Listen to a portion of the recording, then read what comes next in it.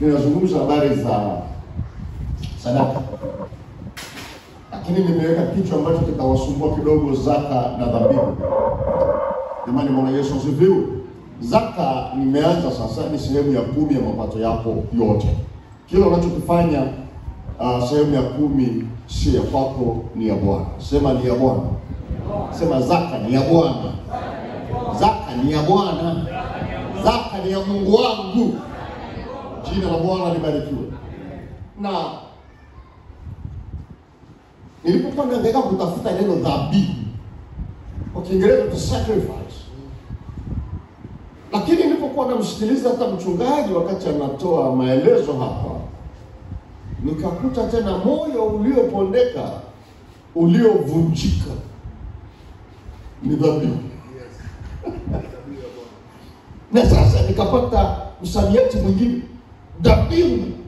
Moyo wako ukipondeka, unaupondeka je? Mchungaji, inabidi tufundishe vizuri.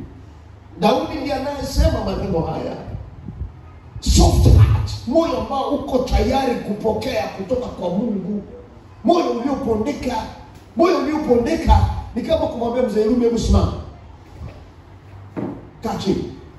Mnasema? Yaani unamwambia simama na simama, kaa anakaa, hebu njoo anakuja, kaniletee maji naenda. Yaani moyo na kwa furaha, akiwa na amani, anajisikia vizuri. Jamani, haleluya. Jifunze kuwa na moyo uliopondeka. Acha kiburi. Usijisabie haki. Mimi naangalia Daudi wakati ametiwa mafuta na Yesu na Samuel. Bwana Yesu asifiwe. Ndiye anasema moyo uliopondeka. Sikiliza niwaambie, nyumbani kwa Yesu, sio na mchungaji Daudi. Mchungaji Daudi. Kulikuwa na nini? Kulikuwa na sherehe ya mtu kutiwa mafuta.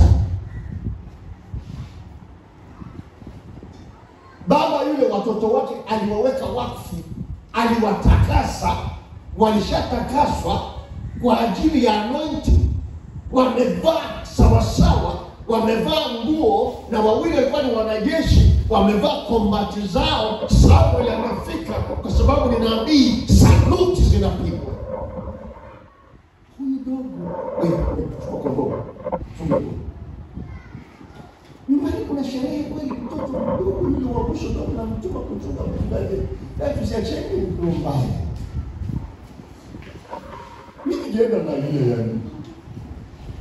Mimi ningeenda ni wangapi wangeenda? Ni wangapi wangeenda? Ni nyumbani kuna sherehe. Ni wangapi wangeenda kuchunga kondoo? Ndio mkono hicho. Alafu kama ni waongo ninyi mmeongoza. Muulize Mkuria, hawajawahi kuchunga. Kuna raha gani porini? Mvua yako, jua lako, kondoo wako, na akipotea fisi wako, mbweha wako, simba wako. Muulize Daudi.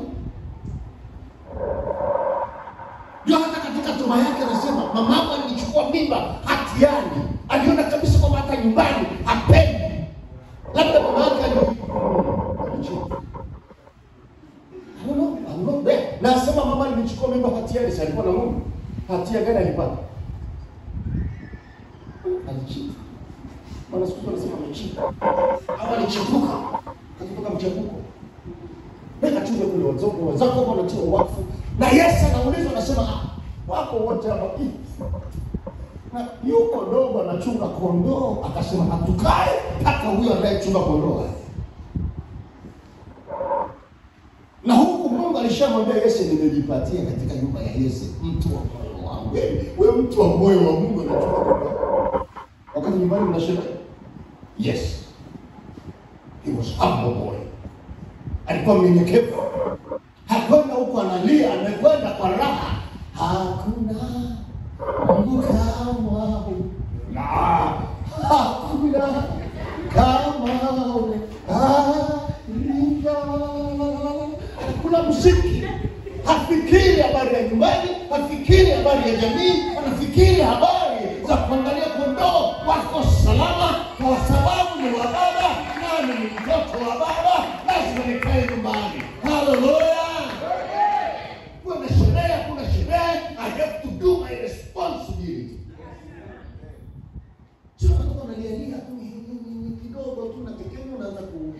kutoka hapo. Jamani, Bwana Yesu asifiwe. Unyenyekevu na moyo uliopondeka, huo ndio wimbo na uheshimu. Tunachelewa sana kupokea baraka zetu kwa sababu kiburi, jeuri. Pita hapa sipiti basi. Lakini will you understand mathematics, physics, chemistry, biology? You will never.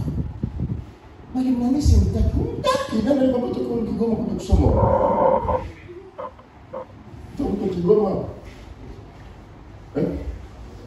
Wametoka mwisho wa nchi na wanafunzi zamani. Naongea wanasoma chemistry na biology kule Kigoma. Jamani, Bwana Yesu asifiwe. Unatoka msoro kuja kucheza. Wangapi wametoka mwisho? Sasa ni wewe chunga. Kwa makini katika kutenda ambayo Bwana anaamuru kuyatenda. Jamani, amen. Wanaongea tu ile jambo ambalo Daudi amesema, moyo uliovunjika na kupondeka, hiyo ndio dhabihu ya kwanza. Hiyo ndio inasababisha sasa kutoa dhabihu halisi ambayo ni sacrifice. You have to sacrifice yourself. Lazima uhakikishe kwamba unajiangamiza. Jina la Bwana libarikiwe. Baada ya utangulizi huu